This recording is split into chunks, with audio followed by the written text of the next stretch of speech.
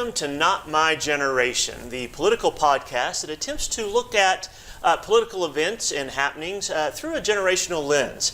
I'm Professor James Davenport, representing the ever-resilient, constantly productive Generation X, and this is my co-host, Dr. Emily Stacey, representing the consistently confused millennial. Did I say that out loud? Ouch. It's just a joke, people. Just a joke. Do not send hate mail telling me how awful I am. Wait, I take that back. Do send the hate mail. That'll let us know you're watching. Right. Right? So it is the silly season of political events here in Oklahoma and nationally. And what I mean by that is, here in the state, the legislature is in session. Absolutely. And so we see all sorts of manner of bills being filed that go in different directions, and sometimes you scratch your head and think, what are these people thinking? And then, of course, we have the presidential primaries going on as well, and the New Hampshire election that occurred on Tuesday. So lots to cover here. In addition, Dr. Stacey interviewed Sean Ashley on some matters out of the state legislature, and so we're going to visit with him as well. And so anything you want to throw in here before we get rolling? No, let's dive right into New Hampshire. I think that we kind of pontificated in the last episode about how the Iowa debacle and kind of non-start for the Democratic candidates, how that would translate into the debate, certainly last Friday, as well as the New Hampshire primary. As you just said, you had both Buttigieg and Bernie Sanders in a dead heat, 1/10 of a percentage point separating them in Iowa, leading into New Hampshire. That didn't really provide either one of them with a lot of momentum. And I think we saw that in the results on Tuesday night, right? Sure. About 0.8 of a point, just barely 1 point, separated them yet again in New Hampshire. So very interesting results there. What did you make of? You know, okay, I'm going to go in a little bit different direction here, but I do agree, right? So this is a narrow race, number one. So I do think that nobody could claim real momentum coming out of Iowa, not only because of the debacle, but because of how close it was too. Sure.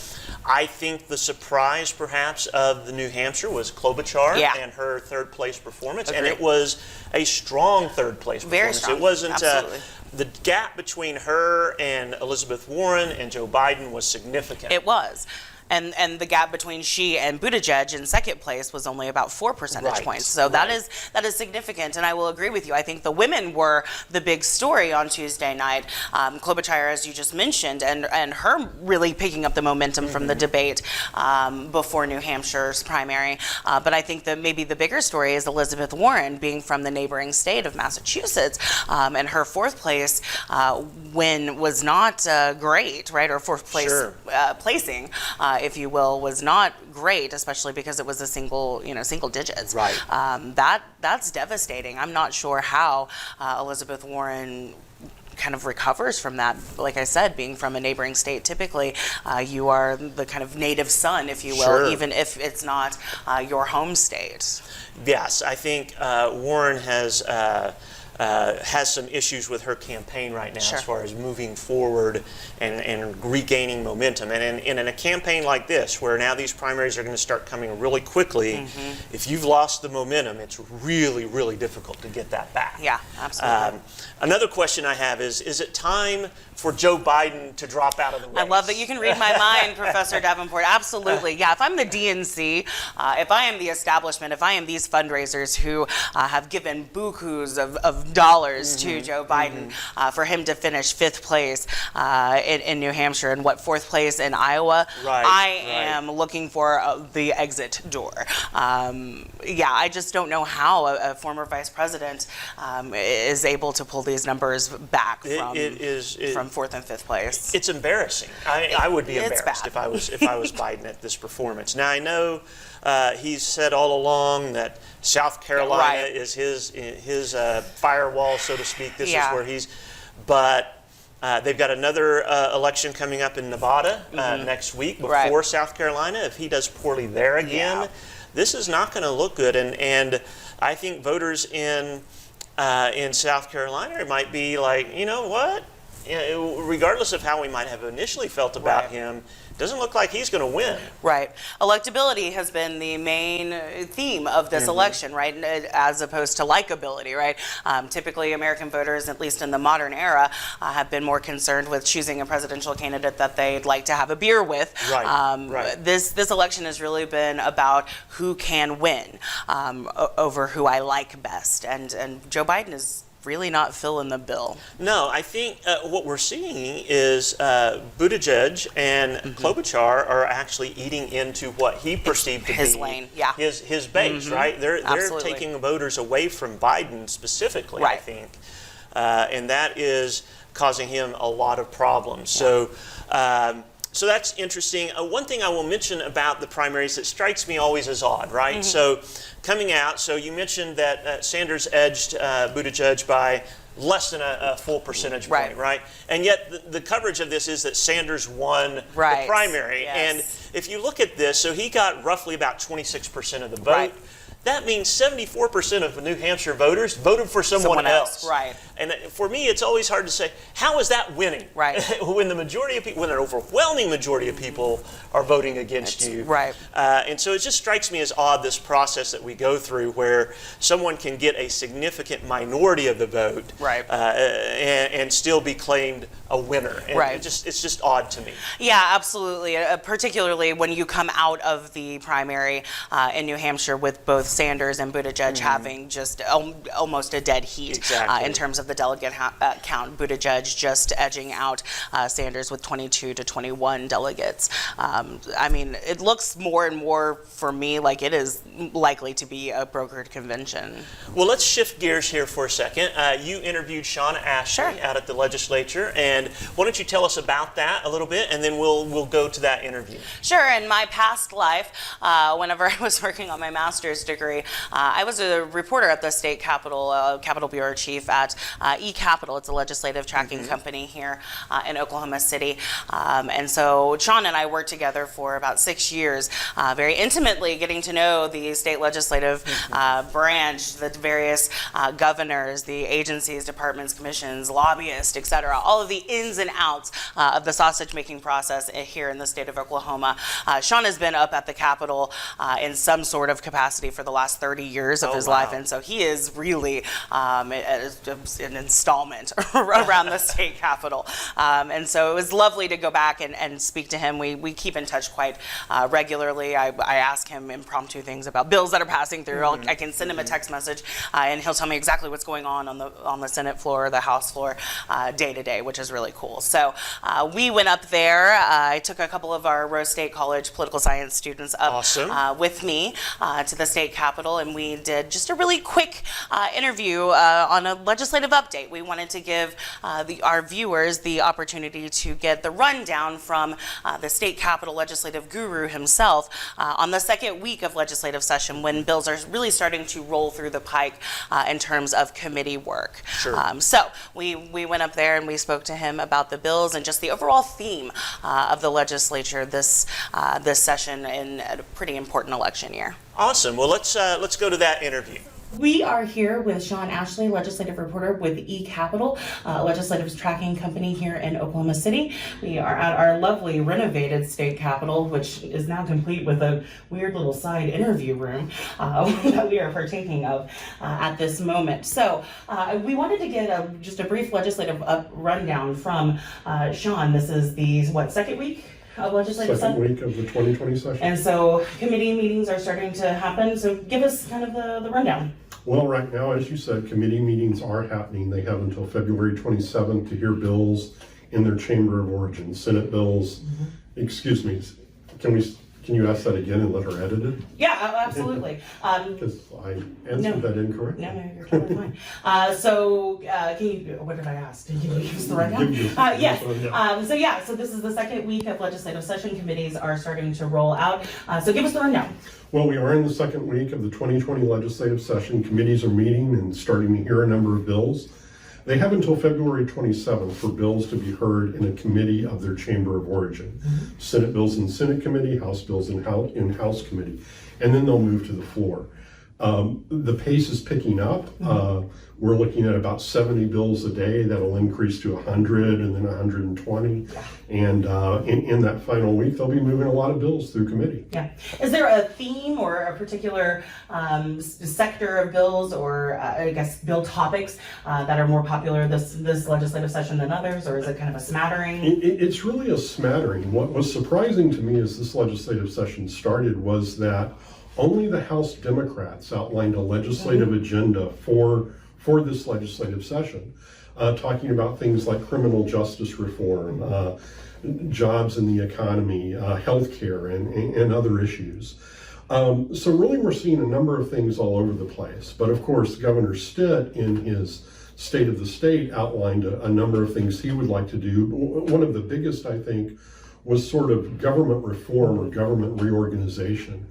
You know, he talked about combining a number of agencies, the Department of Tourism, the Department of Transportation with the Oklahoma Turnpike Authority, the Pardon and Parole Board with the Department of Corrections, and then the big one, combining a number of health agencies, such as the Health Department, the Healthcare Authority, and Mental Health and Substance Abuse Services. And potentially, if you really look at his speech, he talks about the number of agencies that do healthcare related licensing. So he could be talking about sweeping some of those up into there too. But they have said that is a multi-year project. It's not something you'll just see this one year. Yeah, that seems like something pretty big to bite off in one legislative session and to accomplish the consolidation implementation in that amount of time. So are there any controversial bills that are coming through the pike? We know it's an election year, obviously, at the national level, but obviously at the state level as well. Well, we've already seen one in the House Judiciary Committee. There was a bill that would have permitted law enforcement officers not to enforce a federal or state order that required guns to be confiscated door to door. And it would actually prohibit a law enforcement officer who followed such an order from continuing to serve as a law enforcement officer. Wow. That bill on Tuesday failed in the House Judiciary Committee on a 4-9 vote. Wow. So what you had there were a number of Republicans who traditionally vote for pro-Second Amendment measures, which this was touted as, joining 4 Republicans to vote that bill down. At this stage in the game, we haven't seen many other controversial measures. Lying in the background is the debate over abortion legislation. Senator Joseph Silk is still trying to get Senate Bill 13 heard, which would essentially abolish abortion in the state of Oklahoma. That is opposed by Senate President Pro Tem Greg Treat, who ultimately decides what does and does not get heard in the Senate. So it's going to be very hard for that bill to move forward. You know, one thing to keep in mind about the legislative process, as you're well aware, is language can change. Absolutely. What is a simple and safe bill today can become controversial tomorrow. And undoubtedly, there will be a bill that happens to. We'll just have to wait and see what it is. I love it, the cliffhanger from Sean Ashley. Are there any bills that you think our student population should be keeping an eye on? Well, of course, higher education funding is a big issue for students and for colleges and universities. The Regents for Higher Education have asked for an increase in funding, and the governor did not embrace that in his executive budget. So we'll have to see what the legislature does with that and whether it becomes a point of negotiation during the budget process. You know, I think one of the interesting things that students may not be aware of is that in recent years, the legislature has passed a number of individual income tax credits targeting particular job categories, particularly those in science, technology, engineering, and math. So aerospace engineers can qualify for an individual income tax credit for 5 years. And then that tax credit has been replicated for those who are involved in the auto industry, which is beginning to expand in Oklahoma, and now cybersecurity, which is a big program at Rose State. So there are these credits out there. What is happening now are that the qualifications for them are being adjusted and tightened. Your school has to have a particular certification when you get your degree in order for your degree to qualify you for that credit. So students in those fields may want to pay attention to those, and if they see that the qualifications are somewhat unusual, maybe talk to their legislator about adjusting those so that programs like those at Rose would qualify for the credit. Excellent. So thank you for mentioning Rose State College. We love the connection. So with that in mind, is there anything that maybe our region should be watching? You mentioned the higher education budget not really being embraced by the governor, but are there any more maybe consolidating the boards of the regions, things like that?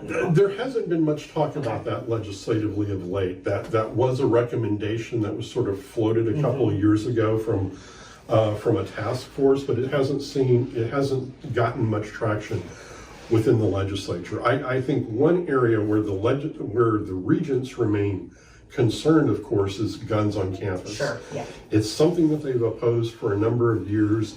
Again, with a number of these firearms bills that are working their way through the legislative process, at any time that language is there to be changed, which could permit it. Right. And I'm sure the regents will be keeping their eye on that. Absolutely. On one hand, there may be regents and students who oppose that. There may be those who support it. Sure. So both sides can keep their eyes open and watch that sort of language. Yeah. All right. Is there anything else you'd like to share with us that we should be looking for in the early stages of this legislative session? This looks to be an exciting session. As you said to begin with, there's a smattering. There's something for everyone in this legislative session. They'll meet till sometime in May, and it's always fun to watch. I love it. Absolutely, yes. He's been doing it for a while. I miss my Capitol days as well. I did this with my friend Sean for about 7 years before I moved on to higher education, and there are days like today where it just gets in your blood and you miss the good old days. And we miss having you here with us. Well, thank you so much for your time today, Sean. We You're very appreciate welcome. it. That was excellent. A lot of good information there. Absolutely, yeah. I hope that our viewers did gain some knowledge, especially our cybersecurity students, right? I think he gave some interesting facts and tidbits about some legislation going through the pike on tax incentives, tax credit incentives for those students, and cybersecurity, obviously a big program here at Rose State College. So hopefully you gain some knowledge from that. One thing I'll mention is you be cautious, especially early on in the session. A lot of times you'll see media reports about bills that do this or that, and they seem very outlandish. And one of the things you have to remember is a lot of bills get introduced that are not going to go anywhere. The author introduces them for political reasons because it's an election year. Yeah. They're trying to appeal to a constituency. But the reality is those bills are not really going to move forward. And so you always have to be a little bit cautious, or especially early on in the session when you have all these bills that are introduced, not to overreact when you see some of these things. And you just want to follow and see what's actually moving and what isn't. Yeah, particularly this legislative session, you had a record number of bills introduced or filed, I should say, by your representatives and senators here in the state of Oklahoma. And I'm sure you all, at least if you're in my American federal government class, you have seen I'm Just a Bill, Schoolhouse Rock. And you will know that a majority of those bills that are introduced and assigned to a committee will simply die in the committee because there are so many bills that have been assigned to that committee that they simply cannot hear every bill before the committee deadline, which happens to be on February 27th. Right. So, yeah, you're going to have a lot of things fall by the wayside on February 27th when that committee deadline comes through. Awesome. Well, thank you for joining us. We appreciate your time and look forward to visiting with you next week.